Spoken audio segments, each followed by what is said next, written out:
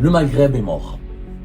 La fin de la CAN hier, le 18 janvier 2026, avec cette finale insolite entre le Maroc et le Sénégal et des circonstances déplorables, scandaleuses, notamment à la fin du match, ce qui s'est passé à la fin du match, et ce qui s'est passé après la finale, après la victoire et le sacre du Sénégal, ce que nous avons vu, les manifestations de joie à Alger, en Algérie, les réseaux sociaux, comment ils se sont emballés, les manifestations de joie dans d'autres pays du Maghreb et les manifestations de joie que j'ai vues dans les rues d'Alger, d'Oran ou de Annaba ou dans certaines villes du pays, ils sont sortis dans les rues pour célébrer la défaite du Maroc. Ils ne sont pas sortis célébrer la victoire du Sénégal. Il faut être sérieux, il faut être sincère. Pour moi, hier, ce n'est pas uniquement la fin de la CAN. C'est un acte de décès, l'acte de décès du Maghreb. Parce qu'entre l'Algérie et le Maroc, c'est quoi le problème? Sahara occidental, quelques sujets historiques et une rivalité bête et méchante. C'est le conflit le plus absurde qui a donné lieu à une haine encore plus absurde. Je discutais avec quelqu'un, je lui dis, Kharjina, il est sorti manifester hier. Comment tu peux sortir manifester parce que le Maroc a perdu? Il m'a dit, toi tu habites à l'étranger. Tu as l'habitude de connaître les Marocains et les Marocains, vous les rencontrez à l'étranger et vous les acceptez. Nous on les connaît pas. Et on n'a pas envie de les connaître. Le Maghreb est plus que jamais mort. Les Marocains vont vivre à côté, nous on vivra à notre côté. Des frontières fermées, de la méfiance. C'est plus de la méfiance, c'est de l'incompréhension et de la détestation maintenant. Je pense maintenant il faut arrêter l'hypocrisie, il faut arrêter les mensonges, il faut surtout arrêter d'utiliser des illusions. Voilà. J'ai longtemps été optimiste. Je le suis resté très longtemps. Et j'essaye de l'être j'essaie de l'être encore le plus longtemps possible. Mais je pense qu'il ne faut pas aller par quatre chemins ou par le dos de la cuillère pour dire la vérité. Le Maghreb est mort. La fin de la CAN hier, le 18 janvier 2026, avec cette finale insolite entre le Maroc et le Sénégal et des circonstances déplorables, scandaleuses, notamment à la fin du match, ce qui s'est passé à la fin du match, ce qui a une fin sinistre pour l'image du football africain.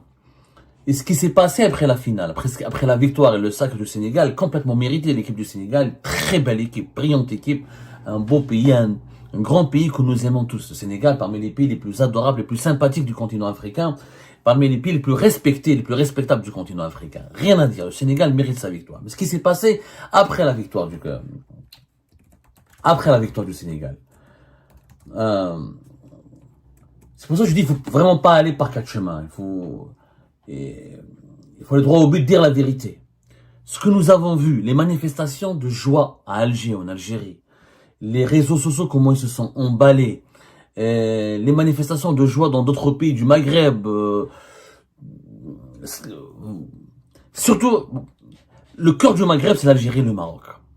La Tunisie, la Mauritanie, la Libye, c'est la périphérie du Maghreb.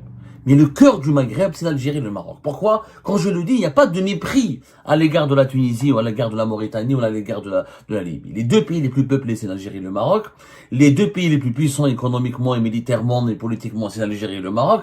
Et les deux pays qui ont connu, historiquement, qui ont connu des dynamiques historiques importantes au Maghreb, c'est l'Algérie et le Maroc. Bien sûr, il y a eu Carthage en Tunisie, il y a eu en Mauritanie des présences historiques importantes, de civilisations importantes, en Libye aussi. Mais depuis l'époque Al-Mourabitoun, Al-Mouahidoun, etc. L'Algérie et le Maroc ont historiquement joué un rôle important dans le Maghreb. Donc le cœur du Maghreb, c'est l'Algérie et le Maroc. Ce cœur, il est aujourd'hui paralysé, il ne respire plus. Et les manifestations de joie que j'ai vues, j'ai beau dire, durant toute la nuit, j'essaie de me rassurer, de me dire, mais non, les Algériens qui sont sortis hier soir dans les rues d'Alger, d'Oran, ou de Annaba, ou dans certaines villes du pays, c'est une minorité. Bien sûr, hier, il n'y a pas eu 40 millions d'Algériens qui sont tous sortis, c'était pas le Hirak, il n'y a pas eu 13 ou 14 millions d'Algériens et d'Algériens. Il y a eu quelques milliers d'Algériens et d'Algériens, mais il faut rajouter ces Algériens et d'Algériens qui sont sortis dans les rues pour célébrer la défaite du Maroc. Ils sont pas sortis célébrer la victoire du Sénégal. Il faut être sérieux, il faut être sincère.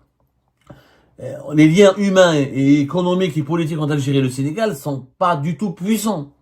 Quand on voit comment les migrants subsahariens, originaires de l'Afrique subsaharienne, soit du Mali et du Sénégal, comment ils sont traités en Algérie, on peut pas dire qu'il y a vraiment un grand amour porté par la rue algérienne ou véhiculé ou exprimé par la rue algérienne à l'égard des migrants subsahariens ou des pays de l'Afrique subsaharienne.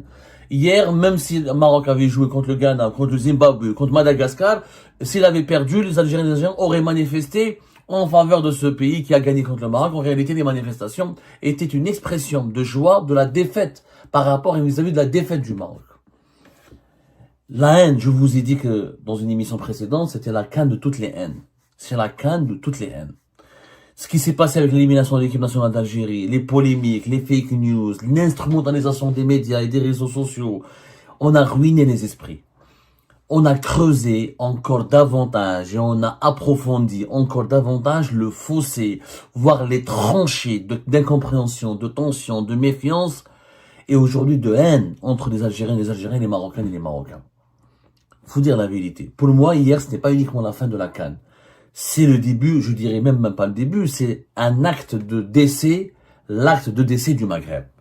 Le Maghreb existait encore, il n'existait pas politiquement, on va dire les dates et les faits, mais il existait encore mentalement, culturellement, géographiquement, spirituellement. Il y avait toujours une identité maghrébine, il y avait toujours, le Maghreb continuait d'exister en tant que ère civilisationnelle, culturelle et historique. Aujourd'hui, je pense qu'il ne faut plus parler de Maghreb.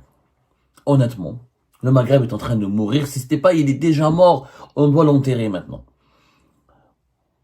Il y a trop de haine entre les réseaux sociaux, les médias, les propagandes politiques ont énormément séparé les Algériens des Marocains et des Marocains. Il y a eu des rivalités. Il y a beaucoup de pays, entre l'Allemagne et la France, il y a des rivalités. Je n'ai jamais vu, moi, les Français manifester dans les rues quand les Allemands perdent une finale de Coupe du Monde, comme ils l'ont fait à maintes reprises. En 2002, les Allemands ont perdu une Coupe du Monde. J'ai pas vu les Français manifester en faveur du Brésil. Je ne l'ai pas vu. Je l'ai pas vu. Je dis la vérité. Et pourtant, entre l'Allemagne et la France, il y a eu 2 guerres mondiales. 2 guerres mondiales. Il y a eu des différends frontaliers entre l'Alsace et la Lorraine. Il y a eu 10 millions de morts. Il y a une rivalité. Jusqu'à aujourd'hui, il y a des rancunes. Il y a certains Français qui sont germanophobes. Il y a des Allemands qui sont francophobes. Mais les sociétés civiles, les élites politiques, etc., la jeunesse française et la jeunesse allemande ont complètement tourné la page. Malgré 2 guerres mondiales. Je n'ai jamais vu ça. Entre l'Angleterre et la France, il y a la guerre de 100 ans. 100 ans, la guerre de 100 ans. On l'appelle la guerre de 100 ans. Dans l'histoire des 2 pays. Je n'ai jamais vu les Français manifester contre l'Angleterre perd ou les Anglais manifester contre les Français perdent. En réalité, on ne voit pas ce comportement dans les pays civilisés, dans les pays développés. En dépit de rivalités entre les Italiens, la France, l'Espagne, il y a toujours des rivalités, des concurrences. Il y a toujours un excès de chauvinisme, de patriotisme, de part et d'autre. Mais dans les pays civilisés structurés, on ne commémore pas la défaite du concurrent. On commémore pas on célèbre pas la défaite du rival. Parce que c'est un rival, le sport c'est le sport, mais c'est un voisin, et les relations de bon voisinage, et les relations d'unité régionale, et la nécessité d'une unité régionale, et d'une complémentarité entre les différents pays d'une région, sont des conditions indispensables pour le développement et la sécurité. On l'a vu avec l'Union européenne. L'Union européenne, c'est la démonstration. Binet, entre nous et les Marocains, la guerre des sables. La guerre des sables, le bilan Taha, c'est même pas une bataille. La dernière des petites batailles de la Première Guerre mondiale, ou la dernière des petites batailles de la Deuxième Guerre mondiale, elle a un bilan beaucoup plus important que la guerre des sables entre l'Algérie et le Maroc. Et Amgala 1 et Amgala 2. Des pertes insignifiantes à l'échelle humaine. Et des sujets de rivalité. Mais on n'a jamais eu de guerre. Il n'y a pas eu dans l'histoire, il n'y a jamais eu une guerre atroce entre les 2 pays. Au contraire, il y a des épisodes historiques où les Marocains et les Algériens ont joué un rôle important dans la décolonisation, dans la lutte contre la colonisation française, lorsque l'occupation française a commencé en Algérie. Il y a eu énormément c'est-à-dire, il y a une histoire, l'histoire et la géographie entre l'Algérie et le Maroc, elle est beaucoup plus puissante que l'histoire et la géographie entre l'Allemagne et la France, où c'est des pays qui étaient des ennemis depuis des siècles, ou l'Angleterre et la France. Quittons l'Europe, allons dans d'autres, il y a beaucoup de régions, il y a des rivalités. Il y a beaucoup de régions. Je n'ai pas vu, moi, par exemple, entre les Émiratis et les Qataris, il y a beaucoup de rivalités, il y a beaucoup de tensions. J'ai pas vu, moi, les Émiratis manifester quand les Qataris ont été éliminés d'une Coupe du Monde ou d'une compétition importante. Je n'ai pas vu les Qataris manifester quand les Émiratis ont été éliminés ou ont perdu un match. Exemple, entre les Turcs et les Arméniens, il y a beaucoup de concurrence, il y a des relations exécrables. J'ai jamais vu, pour des raisons historiques, il y a eu un génocide arménien commis dans la part de l'Empire ottoman.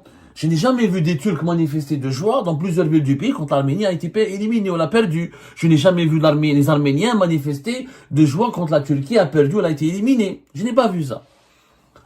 Il y a des pays, regardez ce qui se passe entre le Cambodge et la Thaïlande. Il y a une guerre, des affrontements, avec une dizaine de morts. Mais j'ai pas vu les Thaïlandais sortir dans les rues pour se moquer des Cambodgiens. J'ai pas vu les Cambodgiens sortir dans les rues pour se moquer des Thaïlandais. Et les exemples sont légion. Ce qui se passe entre la Corée du Sud et le Japon. Des relations très difficiles.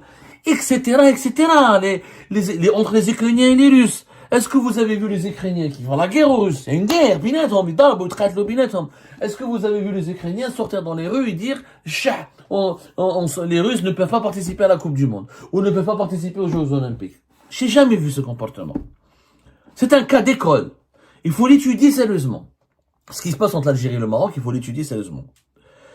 Et je suis pas en train de dire que tout est de la faute des Algériens ou tout est de la faute des Marocains. C'est la faute aux deux pays, aux dirigeants des deux pays, aux élites des deux pays et maintenant aux sociétés et aux populations des deux pays. Les Algériens, les Marocains ne sont pas des saints, ne sont pas des miel tout miel tout sucre. Il y a beaucoup de Marocains algérophobes, comme il y a beaucoup d'Algériens marocophobes. On a maintenant un point de vérité. Le Maghreb n'existe plus. Les réseaux sociaux, finalement, qui sont un facteur de libération, d'émancipation, de prise de conscience, de renforcement des libertés publiques et individuelles dans d'autres régions du monde, au Maghreb, c'est un facteur de haine, de division, de manipulation, de désinformation, et de conflit, et de haine, de court. Le Maghreb, aujourd'hui, c'est la région la plus divisée du monde, la plus désintégrée du monde. La plus divisée, la plus désintégrée du monde. Il y a des problèmes. Le Maghreb aujourd'hui, il est, après avoir été tué politiquement, on est en train de le tuer culturellement, mentalement, spirituellement. On a transformé le Maghreb en une région où des pays s'auto-détestent. Et pour toujours. Ou se détestent mutuellement pour toujours. Voilà. Des pays se détestent mutuellement, pas s'auto-détestent. Qu'est-ce qu'il faut? Il faut une guerre? Peut-être. Il faudrait qu'il y ait des millions de morts, comme pour l'Allemagne et la France, pour pouvoir réconcilier les Algériens avec les Marocains et les Marocains. Qui souhaite ce scénario? Il faut être malade mental pour souhaiter ce scénario. Qu'est-ce qu'il faut faire? Je ne sais pas quoi faire. Je vous dis la vérité. Aujourd'hui, je clame mon impuissance. On est une minorité, que ce soit en Algérie ou au Maroc, on est une petite minorité à vouloir faire preuve de bon sens, de sagesse, et pour dire qu'il y a des sujets de rivalité, mais on ne peut pas traiter la rivalité, ou on ne peut pas traiter les malentendus par l'animosité, par l'agressivité, par la brutalité. C'est pas parce que je suis pas d'accord avec les Marocains que je dois considérer les Marocains comme mes ennemis. Et les sujets et mes points de convergence et ma ressemblance, nous avons plus de qualité et de points communs que de points de divergence. On était déjà une minorité à le dire et cette minorité est en voie d'extinction. Malheureusement, ce discours de sagesse, ce discours de rationalité, qui peut s'expliquer par des arguments politiques, par des arguments économiques. Je rappelle par exemple que que l'Union pour le Maghreb, elle est moribonde depuis 1994. Il n'y a pas eu de conseil de chef d'État dans la région du Maghreb depuis 1994. Depuis 1994. Nous sommes en 2026. Nous sommes la région la plus désintégrée du monde. Quand on prend par exemple sur le plan économique, il y a quand même sur le papier 40 accords commerciaux signés entre les différents pays du Maghreb. Sauf que les échanges économiques et les échanges du commerce ne représentent pas plus que 5%, ne dépassent pas les 5%. Toutes les études internationales menées par la Banque mondiale, des organismes publics, privés, ont démontré que chaque pays maghrébin, et surtout l'Algérie et le Maroc, qui sont les deux pays les plus importants, ils perdent 2 à 3% de croissance annuelle à cause du problème de ce conflit, de la fermeture des frontières, de l'absence de coopération économique et de l'absence d'échanges économiques. Tout ça, c'est du concret. Ça, c'est pas des sentiments. Chaque année, on perd 2 à 3%. C'est-à-dire une dizaine de milliards de dollars sont perdus chaque année par l'Algérie, pour le Maroc, et qui auraient pu permettre à ces deux pays de construire des infrastructures, d'améliorer leur économie, d'améliorer leur sécurité, d'améliorer le niveau de vie de leur population. Bêtement, juste à cause d'un conflit qui n'a aucun sens. Parce qu'entre l'Algérie et le Maroc, c'est quoi le problème? L'Alsace et la Lorraine comme entre l'Allemagne et la France? Deux guerres mondiales? Non, c'est un occidental, quelques sujets historiques, et une rivalité bête et méchante. C'est le conflit le plus absurde qui a donné lieu à une haine encore plus absurde. Parce que nous avons deux régimes qui ne veulent pas se parler, qui ne veulent pas se dialoguer, qui ont instrumentalisé trop longtemps les médias et les réseaux sociaux et qui ont entraîné les populations, parce que les frontières, parce que les Algériens et avec les Marocains ne se connaissent pas. Tout à l'heure, je discutais avec quelqu'un, je lui dis, Kharjina, il est sorti manifester hier. Comment tu peux sortir manifester parce que le Maroc a perdu? Il m'a dit, toi, Abdou, tu peux pas nous comprendre. Pourquoi? Il m'a dit, toi, tu habites à l'étranger. Tu as l'habitude de connaître les Marocains et les Marocains, vous les rencontrez à l'étranger et vous les acceptez. Nous, on les connaît pas. Et on n'a pas envie de les connaître. C'est vrai que les Algériens ne connaissent pas, à cause de la fermeture des frontières de 1994, à cause de la rupture des relations diplomatiques maintenant, avec la fin des liaisons aériennes, des liaisons maritimes entre les deux pays depuis août 2021, les deux peuples ne se connaissent plus.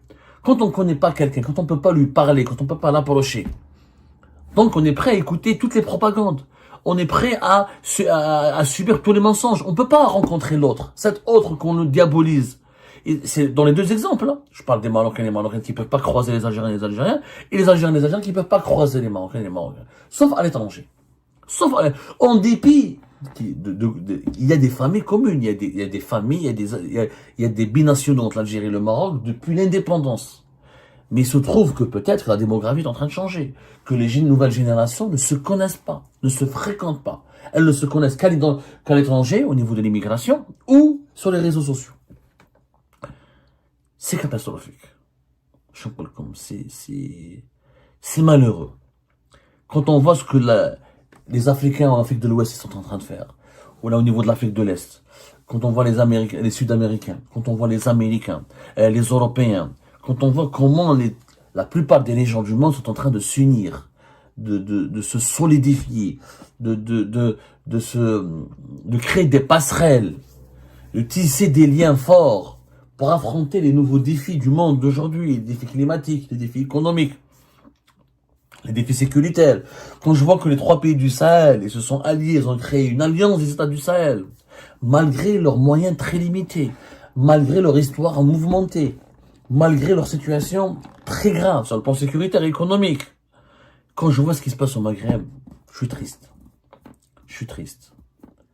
J'ai pas de réponse aujourd'hui. Aujourd'hui, je suis impuissant parce qu'on n'est pas à écouter. De toute façon, cette vidéo sera regardée par qui? Quelques milliers, pas plus. Il y a des millions sur TikTok. Il y a des millions de trolls, d'appels à la haine, de personnes de mauvaise foi, de malveillance qui circulent sur les réseaux sociaux maintenant. Qu'est-ce que je peux faire moi ou un esprit ou quelqu'un qui a du bon sens en Algérie ou quelqu'un qui a du bon sens au Maroc? Qu'est-ce qu'il peut faire face à cette armada de désinformation, de manipulation et de haine sur TikTok, Facebook, Instagram et les autres.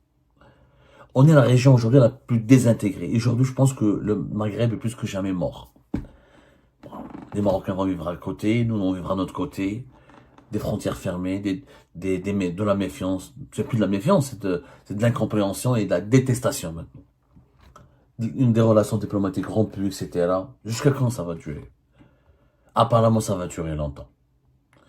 Et quand une région est minée par les conflits entre ses propres enfants, est minée profondément par les conflits de ses propres habitants, quand une région, elle est minée par la voracité, par les manipulations des lobbies les plus malveillants qui composent ses propres élites dirigeantes, c'est une région qui va devenir colonisable. Le Maghreb aujourd'hui est plus que jamais colonisable. Il est plus que jamais une proie facile pour les Turcs, pour les Israéliens, pour les Américains, pour les Russes, pour les Chinois, pour les Émiratis, etc., etc. Dans les années à venir, nous allons payer très cher sur le plan économique, sur le plan sécuritaire et sur le plan politique ces indivisions et ces conflits intestins. Nous allons les payer très très cher. Et dans les années à venir, nos enfants vont nous regarder. Ils vont nous dire ils vont nous reprocher de n'avoir rien fait pour protéger leur avenir. Parce qu'on va leur léguer un Maghreb qui sera le Maghreb de la pauvreté, de la misère, de l'indivision, des conflits. Un Maghreb qui sera plus que jamais colonisé par des puissances régionales et internationales qui vont prospérer sur nos divisions. Je rappelle juste que le coût de ces tensions, c'est quoi? Les dépenses militaires au Maghreb ont atteint les 30 milliards de dollars en 2024. 43% d'augmentation depuis 2015. 90% de ces dépenses sont assurées par le Maroc et l'Algérie. 90% de 30 milliards de dollars de dépenses militaires. Quand on achète autant d'armes, quand deux pays voisins s'achètent autant d'armes pour se préparer éventuellement à un conflit, l'un contre l'autre, ça veut dire qu'on se prive d'hôpitaux, qu'on se prive d'écoles, qu'on se prive d'universités, qu'on se prive de médicaments, qu'on se prive de développement de nouvelles technologies, etc. On s'appauvrit et on reste dans le sous-développement juste pour faire la guerre à son voisin.